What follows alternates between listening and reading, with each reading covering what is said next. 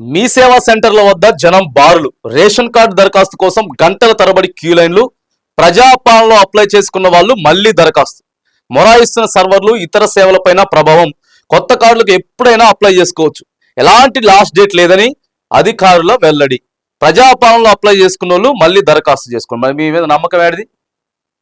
ప్రజాపాలన దరఖాస్తు ఇస్తే అది మాన్యువల్గా ఉంటుందా? అది ఏడో ప్రైవేటు వ్యక్తుల చేతులలోకి పోయి రోడ్ల మీద ఆడ ఈడ ఆడే పడేసిరు. మీరు అధికారంలోకి వచ్చిన తర్వాత, ప్రభుత్వం అధికారంలోకి వచ్చిన తర్వాత ఫిబ్రవరిలో పెద్ద పెద్ద టెంట్లేసి ఊళ్ళల్లా అమెరికాలో ఉన్నోని కూడా పిలిచిరు. అమెరికాలో ఉన్నోని, ఆ తర్వాత ఏడున్నోని అందరిని ఊళ్ళోకి పిలిచిరు. ఊళ్ళోకి పిలిచి ఏం చేసిర్రు? ఇగో దరఖాస్తు కూడా మేమే ఇస్తున్నాం, ప్రజల వద్దకే పాలన వచ్చేసింది, ఇక అయిపోయింది, ఒక్కసారి దరఖాస్తు పెట్టుకుంటే మొత్తం అయిపోయినట్టే అని చెప్పి అమెరికాలో ఉన్నోని, కెన్యాలో ఉన్నోని, కెనడా మొత్తం అందరూ పిలిపించి దరఖాస్తులు ఇస్తే అవి తీసుకుపోయి రోడ్ల పంటి ఆడ ఈడ మొత్తం పడేసిర్రు.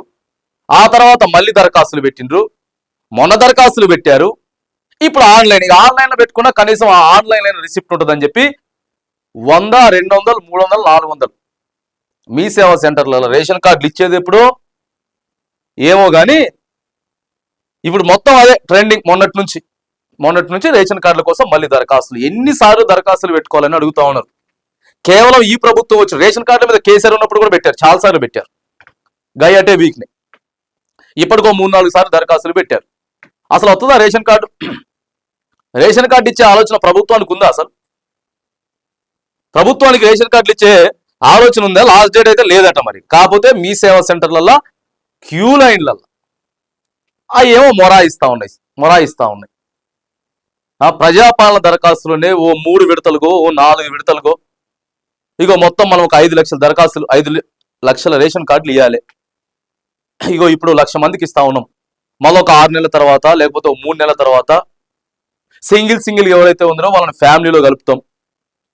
ఎవరెవరైతే డెత్ అయిపోయినారో ఇక వాళ్ళని రిమూవ్ చేసేటటువంటి ప్రయత్నం చేస్తాం. కొన్ని లక్షల రేషన్ కార్డులు ఎక్కువ ఉన్నాయని చెప్తుంది ప్రభుత్వం. దాదాపుగా ఉండాల్సిన దానికంటే ఓ 2-3 లక్షలు ఎక్కువ ఉన్నాయని చెప్తున్నది. దాదాపుగా 8 లక్షల నుంచి 10 లక్షలు కొత్త ఇవ్వాలని చెప్తున్నది. సరి చేస్తే అయిపోయా, సింగిల్గా ఉన్న వ్యక్తిని తీసుకుపోయి వాళ్ళ ఫ్యామిలీలో కలుపుర్రి. సింగిల్గా ఉండి డెత్ అయిపోయిన రిమూవ్ చేయండి.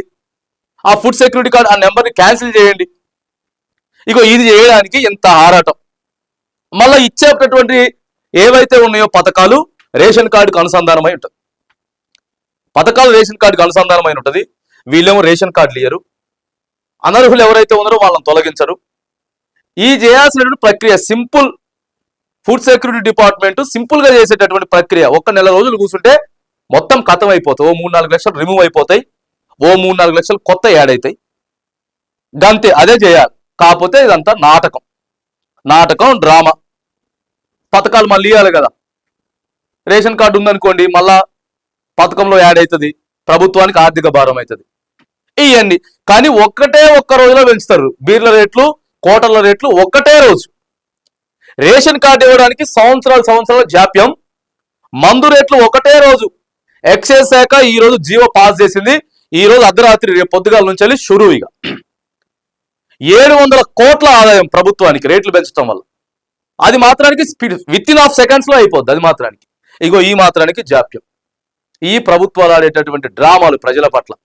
కానీ ఇచ్చేస్తున్నాం, అయిపోతుంది. ఇక ఇప్పుడున్న ప్రభుత్వం అయితే ఇంకా మామూలుగా కాదు, డబల్ త్రిబుల్ అయిపోయింది. మరి పైసలు లేకనో ఏమైతున్నాయి? మరి పైసలు ఏమవుతున్నాయి?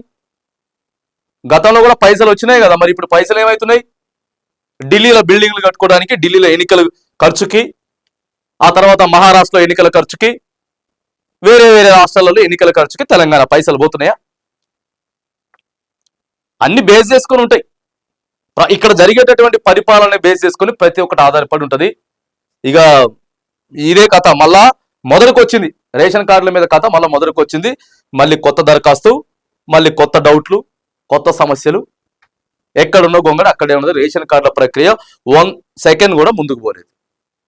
మొన్ననే కదా మళ్ళా గ్రామ సభలు పెట్టలేదండి. ఓ నెల క్రితం గ్రామ సభలు పెట్టి రేషన్ కార్డు దరఖాస్తులు తీసుకున్నారు కదా. మళ్ళీ ఇక్కడ ఆన్లైన్ అల్లబెట్టి లాస్ట్కి రేషన్ కార్డు ఇప్పటికే 2వ సంవత్సరం నడుస్తూ ఉన్నది ప్రభుత్వం వచ్చి. ఇగో ఇది చిత్తశుద్ధి. ప్రభుత్వానికి ఉన్నటువంటి చిత్తశుద్ధి ఇది